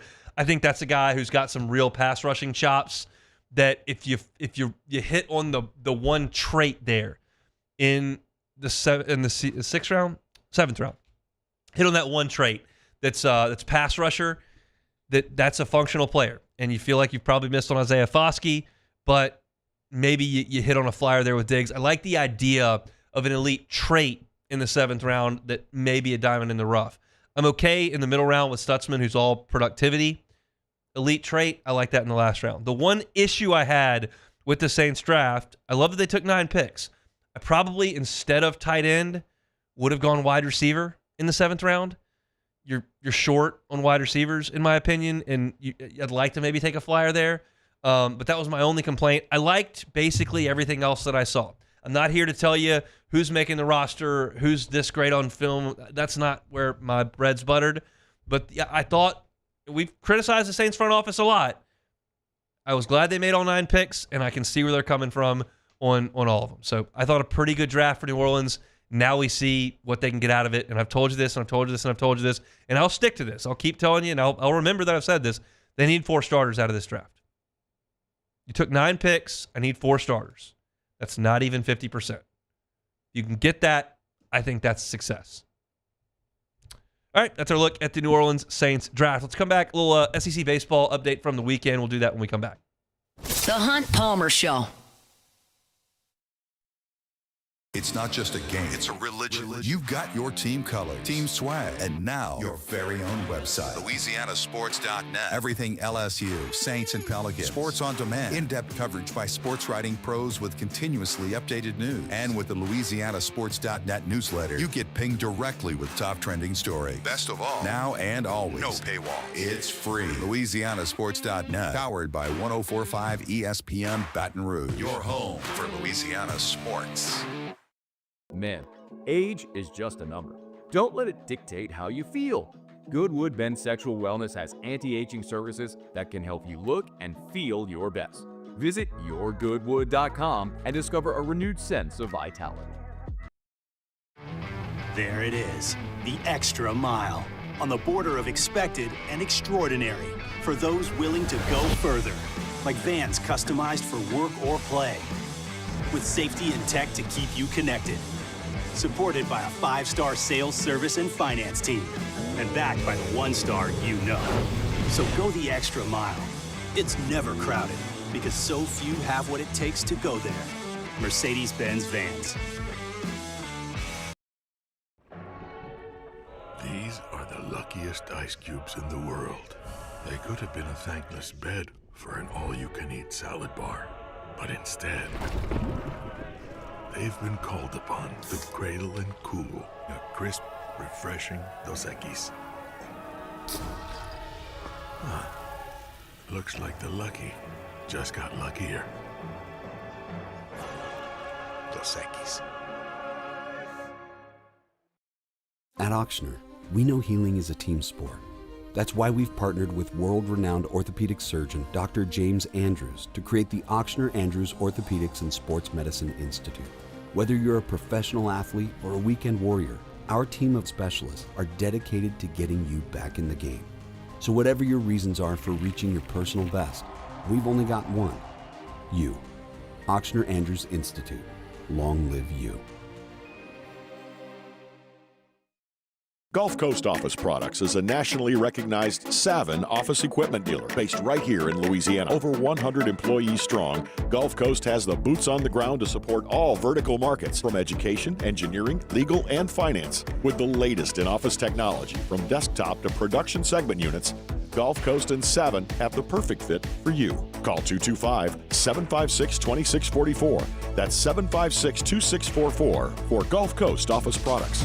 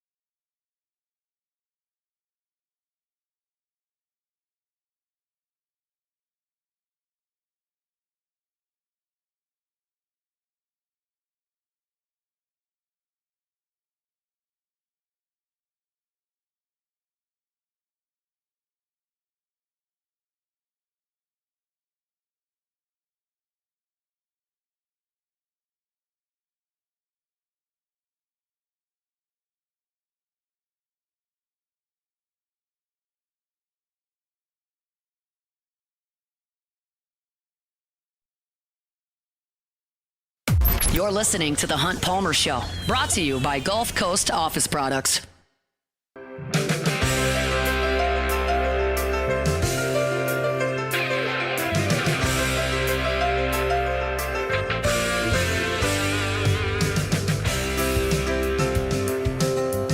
A little bit of breaking news here on this Monday, and we're brought to you by Gulf Coast Office Products. All your printing, scanning, copying needs, Gulf Coast Office Products. Breaking news out of Starkville, Mississippi in the last 10 minutes. Chris Lemonis fired as the head baseball coach at Mississippi State, a man who led the team to the school's first national championship ever, is now without a job 5 years later. And this was inevitable. I didn't think it would happen in season a month ago. I thought they would probably hang on until the end of the year and then make that move, but they decide it's time to do it. And it had to happen. Here are their conference records since dogpiling in Omaha. 9-21, 9-21. Last year, 17-13. They probably should have hosted a regional last year. I thought the metrics dictated they should have. They did not. But they went to a regional and got bounced. And they're 7-14 this year. By my count, since the College World Series, that's 42-59 in SEC play. And that's just not near good enough. They built that palace in Starkville to host regionals and super regionals. And he has not hosted either in what will now be 4 straight seasons. And on top of that, you were the worst team in the SEC the year after you won the national championship. You finished 6th in a 7th-team West the year after that. Last year, 3rd, and didn't get out of your regional. And you're 7-14 this year, and they're just not very good at anything. They were atrocious pitching the baseball in 22 and 23. Last year, they pitched it much better. But you had Jurangelo Sainja in the rotation, who was a first-round pick, and you should have been better than you were, and you weren't. And this year, they don't hit it great. They don't pitch it great. Came to Baton Rouge and got swept. They lost 2 out of 3 to Auburn. It's just been a mess for Mississippi State, and so this had to happen. This is one of the top 10 jobs in college baseball. Let's see if I can just off the top of my head, definitely would rather have that job than Mississippi State. LSU, Texas, Florida, Texas A&M, Arkansas. Ole Miss is close. I wouldn't go Tennessee yet. They're the best program right now as far as consistent winning, but still that fan base is getting used to baseball. So, yeah, it's a top 10 job, maybe a top 7 job in college baseball. And you got to be better than what they've been. And this had to happen. So I don't have a great idea of what they may be looking for here. I don't know if Brian O'Connor would listen from Virginia. I think the Tony Vitello ship has sailed for everybody. You look at Tennessee's building a new facility. They're winning like crazy. He's recruiting like crazy. He's got the NIL budget he needs. And once LSU came and went, and then Texas came and went, and then Texas A&M came and went, I think that's pretty much it for Tennessee. I think he's locked in there as long as he wants to be the head coach there. So I don't know where they might head, but that's an elite job. There's no question about it. That I can't wait to see that facility one day. I haven't seen it just yet. But they just haven't been any good since they won the College World Series. They just haven't. And it's interesting because you look at what Ole Miss and Mississippi State have been since they won championships, and they just never found it again. Now, Ole Miss has got a good team this year, and they look like a regional host right now, but any weekend can jump up and bite you in this league, and has for everybody but Texas to this point. But it'll be fascinating to see who Mississippi State hires because you have just a few permanent opponents every year. 2 of them, I think. There are 2. LSU's got Texas A&M and Mississippi State. So LSU's going to play Mississippi State in this current format every single year. And so you look at who Mississippi State hires, that matters. And oh, by the way, there are some pretty good players over there at Mississippi State. Ace Reese is one of them. Does anybody jump in the transfer portal? I mean, what we do when Jim Slosnagel left A&M and they all jumped in the portal. Everybody's going, well, who can they get from Texas A&M? Is Caden Kent coming? Can they get Laviolette? Oh my gosh, is Grohovic going to transfer? And that's what we have to do now. And you got guys that are willing to play in Starkville. They probably make the 5-hour drive south to play in Baton Rouge. So I'm not gonna do any tampering here.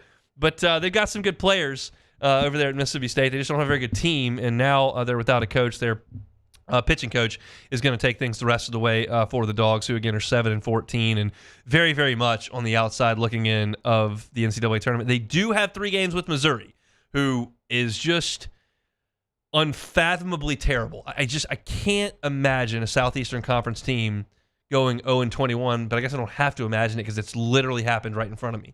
But they've got those 3 games, and everybody's just, A&M plays them later, and everybody's just going, well, that's 3 wins. You got to get probably to 13 or 14 wins if you're Mississippi State, and you've only got 7. So you probably got to go 9-2 or 7-2 over the last 9. not looking likely. So Chris Lemonis will be out of a gig at Mississippi State for his career. 232 and 135. That's a .632 winning percentage. But again, under 500 in league play, and that includes 2 20-10 seasons, and still 82 and 89 over the course of his 6 seasons. That's a .480 winning percentage. That is not going to get regionals into Dudy Noble, so they got to make a change and make sure that starts happening more often than it has. So Mississippi State moves on from Chris Lemonis in Starkville. All right, we'll come back. Close it out. Hunt Palmer Show. The Hunt Palmer Show. There it is, the extra mile, on the border of expected and extraordinary, for those willing to go further, like vans customized for work or play, with safety and tech to keep you connected, supported by a 5-star sales, service, and finance team, and backed by the 1-star you know. So go the extra mile. It's never crowded, because so few have what it takes to go there. Mercedes-Benz Vans.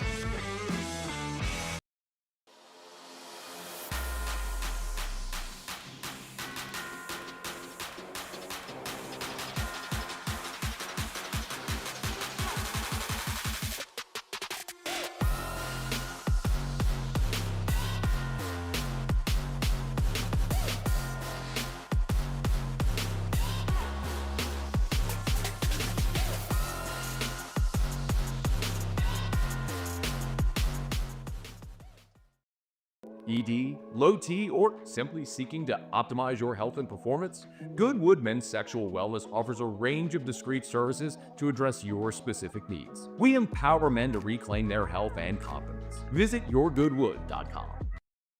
Family owned and community driven. Service Chevrolet Cadillac, a legacy you can trust since 1972.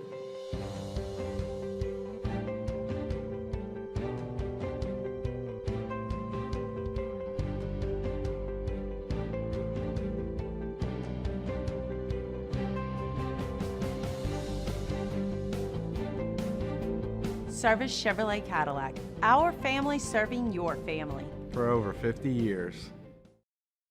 Crime has serious consequences, but anyone can make a mistake. If you find yourself in trouble with the law, know that you have rights, and it's okay to demand them. The law offices of O.C. Brown are here to protect you and your rights. Felony or misdemeanor, DUI or drug charge. No matter what crime you're accused of, you still have rights. Let the law offices of O.C. Brown uphold them. Call 225-343-1111. Your law firm for a lifetime. These are the luckiest ice cubes in the world. They could have been a thankless bed for an all-you-can-eat salad bar. But instead, they've been called upon to cradle and cool a crisp, refreshing Dos Equis. Looks like the lucky just got luckier. Dos Equis. At Auctioner, we know healing is a team sport.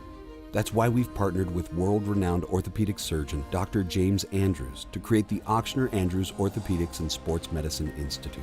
Whether you're a professional athlete or a weekend warrior, our team of specialists are dedicated to getting you back in the game. So whatever your reasons are for reaching your personal best, we've only got one. You. Auctioner Andrews Institute. Long live you. Gulf Coast Office Products is a nationally recognized Savin office equipment dealer based right here in Louisiana. Over 100 employees strong, Gulf Coast has the boots on the ground to support all vertical markets, from education, engineering, legal, and finance. With the latest in office technology, from desktop to production segment units, Gulf Coast and Savin have the perfect fit for you. Call 225-756-2644. That's 756-2644 for Gulf Coast Office Products.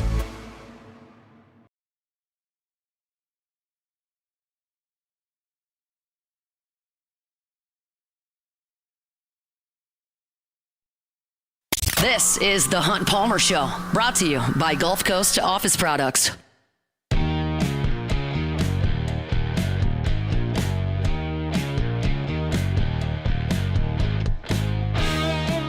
.104.5 ESPN Baton Rouge and the Baton Rouge Clinic bring you the Dreams Come True Radiothon Dreams Come True is an organization designed to grant dreams for children with life-threatening illnesses and their families.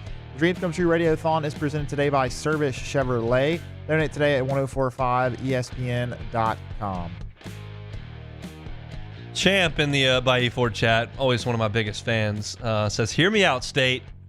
Andy Cannizaro." You know, I don't think they're going to do that. Although Louisville did hire Bobby Petrino back, you know? So this seems like the Will Wade situation, too, for LSU. Don't think that's going to happen. You just don't love the idea of hiring a guy back that was texting a mistress from the dugout during games. It's just not exactly what you're looking for there. Mississippi State will have a decision on their hands. That's interesting stuff there from Starkville. All right, we got any take it or leave it's back? Yeah, sure. Great. Take it or leave it. Take it or leave it. Today's hottest stories in sports, news, and sometimes even Hunt's life. The question is, will he take them or leave them? All right, first one, Tony Vitello will answer phone calls from Starkville. Take it or leave it. I will leave that, as I said. I think he's got it figured out there in Knoxville. They're building that new stadium, and he's got an NIL base. I still don't think Tennessee fans really know what's going on in college baseball. I think they're very new to this scene, but he's got that thing humming, and I think he's gotten it to a point where there's no point in moving on. It's kind of like Bruce Pearl at Auburn. Auburn's not a basketball school, but once you get it to a point where you're humming, like why would Bruce Pearl jump to go to Arkansas, who's got a much richer history, but his program's in better shape? All right, next one here. The Lakers lost on Sunday. They are now down 3-1 in that series. The Lakers losing in 5 to the Timberwolves. Take it or leave it. I'll take it. I'll take it. This purple cup right here on the desk has watched the exact same amount of NBA playoffs as I have. Well, here's the thing. To the second. I was not. I was pretty certain you hadn't watched. I thought you maybe watched 1 or 2 games, but either way, still the point remains that the Lakers went out and got Luka Doncic, and it seems that they're going to lose to a Timberwolves team that overall is not as good talent-wise. But the Lakers, they seem to find a way these days with LeBron. I mean, at a certain point, it's. I mean, I realize LeBron still. I don't have to watch to know that LeBron's still playing at an incredible level, and Luka's one of the best 5 players in the world. But they haven't been that good in a couple of years. Yeah. So how are we feeling about that bubble championship? It's not a real championship. Okay. If that's how you want to put it. I think it's considered by most people to not really. And funnily enough, it perfectly fits the title of a Mickey Mouse championship because it was literally played in Disney. So, pretty much most people consider it that. So, moving on here, the Bucks, Damian Lillard is staying in the NBA playoffs. Torn left Achilles. The Bucks still have a chance, though, in the playoffs. Take it or leave it. I will leave that. He's Leave it alone. One of the best primetime scorers and shooters in the NBA. One of the things that keeps me the most in touch with the NBA is sports trivia every Tuesday night, which, by the way, we'll be back at Pizza by Rones tomorrow. Because I look at stats all the time with the NBA, and like Lillard is always in like the shooting statistics, the 3 statistics, attempted, made, all that kind of stuff. That's just a guy that you can't reasonably move quickly without. All right, last one here. Devin Williams has been taken out as the closer for the New York Yankees. For right now, quote from Aaron Boone right there. He has been pretty terrible. Yes, he has. For the Yankees. But seeing a former Brewer failing, take it or leave it.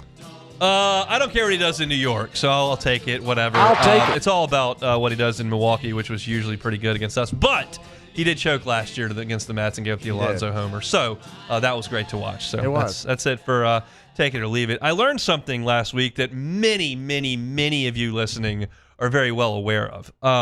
Trips to the beach with very young children, in my case, a 3.5-year-old and a 7-week-old, very physically demanding. Like, it was a lot of fun. Like, we had a blast. I would not call it relaxing. And trust me, I'm not complaining about this. I'm merely listing out things that were physically demanding, like getting up at 5:45 or 6 o'clock to give a bottle, then going to play 18 holes of golf, then coming back, lugging massive ice chests and tables and toys and chairs and umbrellas out to the beach, bringing kids up to go to the potty because they don't want to get in the freezing cold water, dealing with the baby and holding him. I set the Florida record. Guinness was out. The land speed record? No, I set the record for most pitches thrown on a Florida beach over the last week. It was approximately 9,000 to Myers. What is the thing you get when your arm? You have dead arm now, Hunt? No, I'm an elite BP thrower. Okay. We're still having a rubber arm. But Myers said two things the entire week. Dad, I want to play baseball, and Dad, can we go home? that was. I got asked, did Myers like the beach? I was like, he likes to play baseball on the beach, but that's all he wants to do. And he hit 9,000 baseballs, and then I got to trudge through the sand to get every single one of them and bring it back. Yeah, that's a tough one. And then you're sunburned, and you got to throw kids in the pool. All of it, incredibly fun. Really, no complaints. I just was surprised every day when I put the head on the pillow. I was like, that's the most physically demanding thing I've done in months. Like and that's every day, and then you got to get up and do it again. So the 7-week-old on the beach, it took an army, but we got it done. We bought this. I told you about it. We were looking at like these tents. Yeah. And like I was looking at like $300. Like this, we're not doing it. And then we found one for $25. So we got it. He hated it. He used it one time, and then we had to hold it the rest of the time. But it was a lot of fun, and I'm glad to be back, and appreciate y'all for holding it down while I was gone. And it was a fun show today. If you missed any of it, catch it on demand. Talked a lot of LSU baseball, talked a lot of Saints draft, talked a little LSU football portal. It's all wherever you find your sound on the Hunt Palmer Show. We're brought to you every single Monday by Gulf Coast Office Products. That's going to drive you home next on After Further Review. We'll see you tomorrow, same time, same place, for a Tuesday edition of the Hunt Palmer Show. The Hunt Palmer Show. Genesis of Baton Rouge, genesisofbatonrouge.com is that website. Every car that is on the lot is online at genesisofbatonrouge.com, and every single new Genesis purchase comes with a 10-year, 100,000-mile warranty. 10-year, 100,000-mile warranty on every new purchase. That's as good as you're going to find in the industry. How about this? Another perk of a new Genesis purchase. 3 years of complimentary maintenance on that vehicle. And it's valet. They can't make it any easier on you. What I mean when I say valet, well, it's exactly that. They come to you, they take your vehicle back to the dealership and handle whatever maintenance needs to be done, oil changes, wiper blades, wiper fluid, air filter, the whole deal. You get a loaner, you're on about your day, then they bring the car right back to you. Can't be any easier than that. They're on Airline at Pico. You can stop on by. It's a gorgeous facility with a wonderful staff, or you can start your process online at Genesis of Baton Rouge. It's Genesis of Baton Rouge, Airline at Pico, and online at genesisofbatonrouge.com. Man, age is just a number. Don't let it dictate how you feel. Goodwood Men's Sexual Wellness has anti-aging services that can help you look and feel your best. Visit yourgoodwood.com and discover a renewed